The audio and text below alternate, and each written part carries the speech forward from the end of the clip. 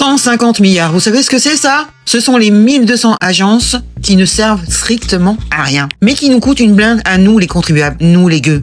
C'est littéralement de l'argent gaspillé. Et après on vient nous faire les poches parce qu'il manque 40 milliards pour le budget de 2026. Hein, c'est ce que nous dit Bayrou en ce moment même. Et vous savez combien il y a de salariés dans ces 1200 agences? 500 000.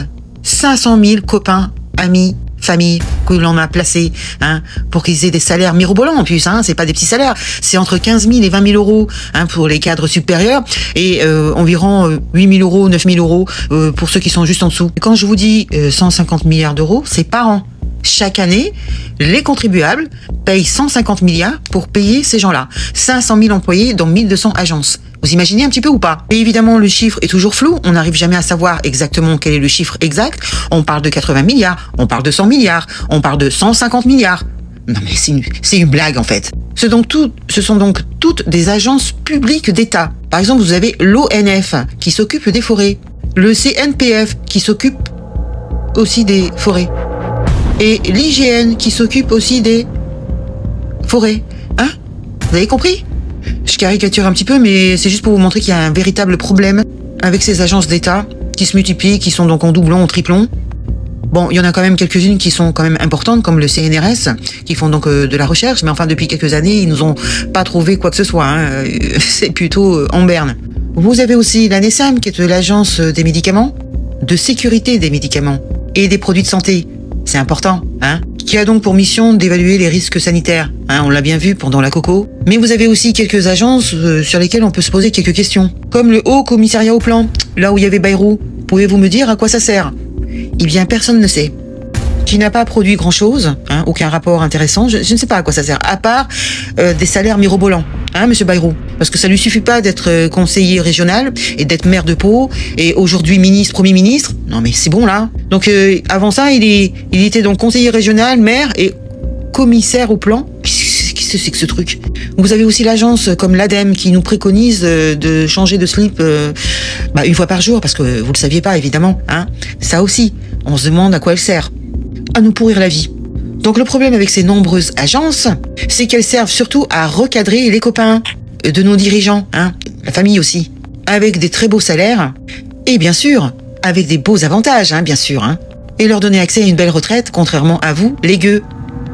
Et pourquoi aussi pourquoi pas aussi de l'influence, hein, parce que c'est ça, c'est le carnet d'adresse, hein, qui prime, hein, dans cette politique. En plus de ça, elles ont des budgets parfois opaques, on ne sait pas trop où va l'argent, hein, c'est extraordinaire. Des objectifs qui sont pas très clairs, ça montre un petit peu, hein, l'amateurisme, hein, de ces gens qui ne savent même pas trouver une bonne excuse pour nous expliquer le but ou l'objectif de ces agences. Hein. C'est ça le pire, c'est que non seulement l'argent on ne sait pas où il va, les objectifs on ne sait pas non plus, tout est opaque, ça montre bien qu'il y a une volonté de cacher des choses aux contribuables, alors que c'est nous qui payons tout ça. Hein. Mais après, c'est à vous de vous serrer la ceinture. On vous a détruit vos services publics, mais tout ça, c'est normal. Ils savent même pas nous expliquer, dans ces agences, l'efficacité de leur travail. Ils ne savent même pas évaluer. Vous imaginez? Il y en a ras-le-bol. Et ça nous coûte entre 100 à 150 milliards d'euros par an, parce que comme d'habitude, je vous dis que c'est opaque, on ne sait pas où va l'argent, qui le reçoit, pourquoi faire. On ne sait pas, mais c'est entre 100 et 150 milliards d'euros par an. Par an. C'est les fameuses ODAC. Va-t-on continuer à entretenir ces agences où on a recadré les copains des dirigeants, hein, pour qu'ils aient des belles retraites, des beaux salaires, sans demander des comptes? Hein? Ça va durer jusqu'à quand, ça? Qu'ils commencent par balayer devant leur porte. Si vous êtes d'accord avec ça, partagez cette vidéo en masse. Il faut que les gens sachent, parce que les gens sont endormis. Ils ne veulent pas savoir, je ne sais pas, mais enfin, il faut leur montrer la vérité en face. Et il y a des agences qui nous coûtent une blinde chaque année, entre 100 et 150 milliards, que nous payons, alors qu'on nous dit qu'il manque 40 milliards, qu'il manque 60 milliards. Eh bien, commencez par balayer devant votre porte. Commencez à montrer l'exemple et faire des économies. Il n'est pas normal de fermer les yeux sur cette gabegie, sur ce gaspillage d'argent public pour recadrer les copains, la famille de ces dirigeants.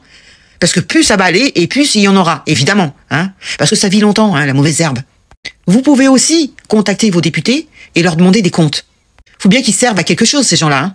Il faut leur demander des comptes, il faut leur poser des questions dérangeantes.